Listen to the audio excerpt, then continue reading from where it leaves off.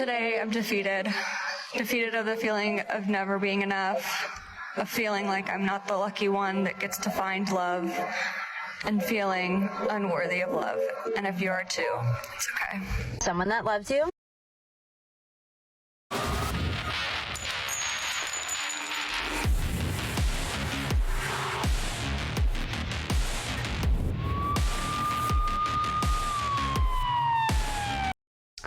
Gentlemen, welcome back to another video. I hope you're doing well.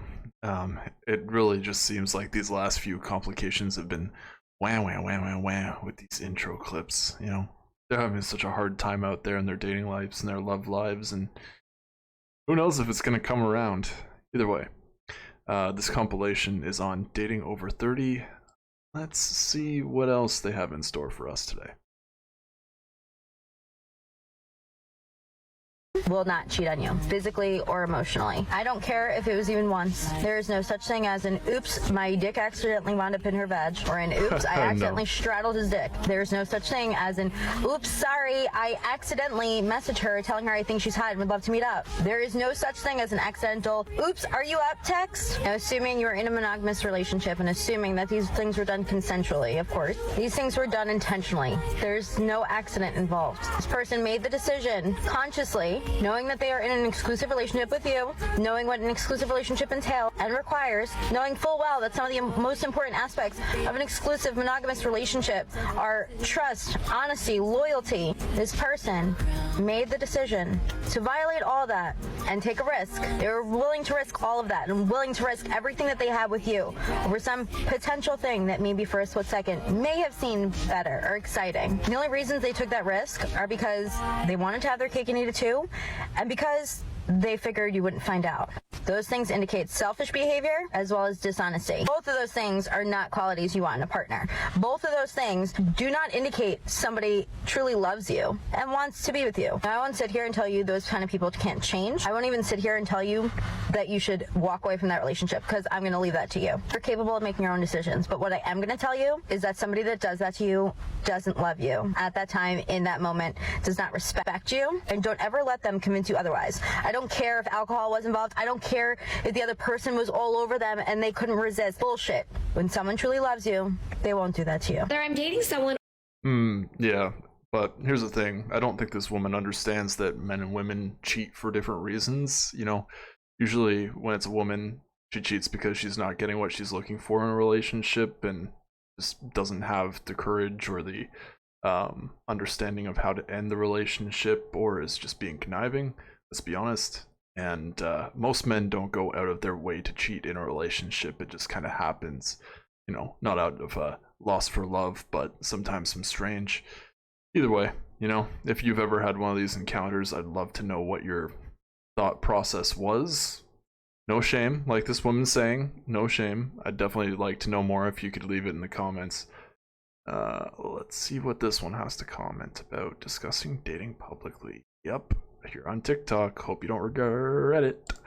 Or not at the moment. I made the decision a long time ago that I would not share details about my personal life on my Instagram. But I did an interview with Stylist Magazine the other day about my experience with elite dating apps, and I wanted to share it out, not really thinking that there is an intersection and overlap with my dating life that I was also giving information about dates and my dating experiences. It just feels so personal and so open for judgment in real life. Like, there's people from work, there's people from my childhood, from high school, from college, and there's not as many followers that I know here on TikTok. Also so annoying. Okay, no shit. I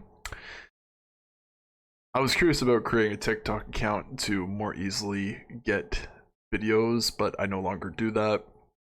They want your phone number, and your phone number can be traced to anybody that's in your contact list. I think by default, I would assume by default, like most of these platforms are. No thanks. I don't want somebody that I'm working with finding out that I have a TikTok account, which I don't. But again, no shit, Sherlock. People are gonna find out about this kind of stuff. but my followers on Instagram, the ones that know me especially, are just more nosy. They are the ones that every time I take a picture or a photo and post it on my Instagram story where I'm with another guy who's just a friend, they will come into my DMs and do the eye emoji and be like, who's that? Who's this new person? And I'm like, stop. Like, this is just why I will never post about another guy on my Instagram. Oh, I wonder if anyone else can relate to this. I'm in my 30s and I'm single and dating, but I'm also very content with my life. But somehow I feel like media or the world has made people feel in their 30s that it is embarrassing or shameful to be single at this age. And I hate that. I recently... Well, you're shit out of luck. And, oh man, I keep on dropping those bombs. I really hope this video doesn't get demonetized. In any case, really, yeah, that's how the world's been for quite some time, and I don't think that that's going to change. But I just find it funny how she's just like, oh my god, no, it's embarrassing. You know what you're doing. You know what you're doing. Let's keep on going. I told a friend about how I went on a date with someone in their 40s, and one of the first things that this friend said to me was, oh, why is he single? Like, he seems like such a catch, like there must be something wrong. And I thought, why is that the first reaction we have to these things? Like, why can't we just accept the fact that like someone was working on their career during this time or focusing on other priorities and not dating? And I really want to change the narrative about this because I am not embarrassed and I'm not ashamed to be single. I love my life and I'm in a much better place to date now in my 30s than I was in my 20s. But after I posted that piece on my Instagram stories, I was feeling super self-conscious, wondering if the people in my life were wondering, why does she pay to be on dating apps? Or why is she still single? Why can't she find a man? It made me feel so weirdly insecure that I almost thought I had to provide context as to like what my dating history has been for the last 10 years. Just an interesting observation because I feel like I never have to do that in my TikTok series, but somehow Instagram makes me feel that sort of way. Dating advice. Okay, yeah, I think you're just keeping your options open there, and I mean, you're single, so that makes sense. Advice for women. This video is the top tips that I learned from dating research. These tips allowed me to enjoy dating again rather than finding it very depressing. And eventually attract love. And take note that I said attract, not find. Tip number 1. You attract who you are, not what you want. I'll say that again. You attract who you are, not what you want. That means if you're looking for a happily ever after right now and someone to come and make you happy and you are not currently happy right now, then it ain't gonna happen. It feels cliche, you might not like to hear it, but it's true. You have to change how you feel about yourself to attract a better man in.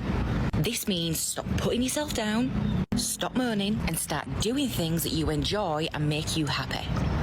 Tip number 2, what are you looking for? What are your, at the forefront of your mind when you're dating? Do you have a list that says he needs to be 6'2", he needs to have dark hair, he needs to have a beard, he must have blue eyes, he's not allowed to wear glasses? Where is your focus at? Because tip number 2 is don't focus on those things. Focus on how the man makes you feel. And that starts right at the beginning of when you match or, in the first interactions. How does it make you feel in the beginning? Does he put a smile on your face? Is he polite? Is he positive? Does he make you smile and laugh? Then when you've been dating a few days, does he make you feel understood, cared for, respected? Does he make you feel safe? That is one of the biggest priorities. If you don't feel... Yeah, but here's the thing. People can change up at the drop of a hat. That goes for men and women. Yeah. Let that sink in. Feel safe. Not to yourselves, to this one. Open to being vulnerable, and if you are not open to being vulnerable, it makes you unattractive. To the good guys, anyway. The ones looking for commitment, looking for the wives, looking for the one. Start looking for different things. And tip number 3, which is going to be controversial, and let me just say that, choosing to not want to date to be in a long-term relationship or to be married or have children, there's no shame in that. I doubt you're gonna let somebody like this throw you off, but let's continue. to piss some people off, and I don't care. How tight is this man? Does he pay for dates? Or are you dating the men that, you know, want to go Dutch, who are splitting the bill?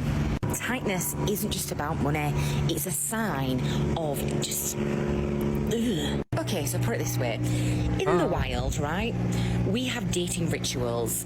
Birds puff their feathers, peacocks have a big tail, deers fight with the horns. Like, there is so many different types of animals that have dating rituals. And in the human ritual, men should want to show that they are capable of providing. It's just in the DNA, okay? Don't call me out. It's what the science says. When I look back, the ones that were tight with the money were also tight with their emotions. They weren't willing to be open. And if you'd like more tips... Well, now you get a little spoiler for the next one, but yeah.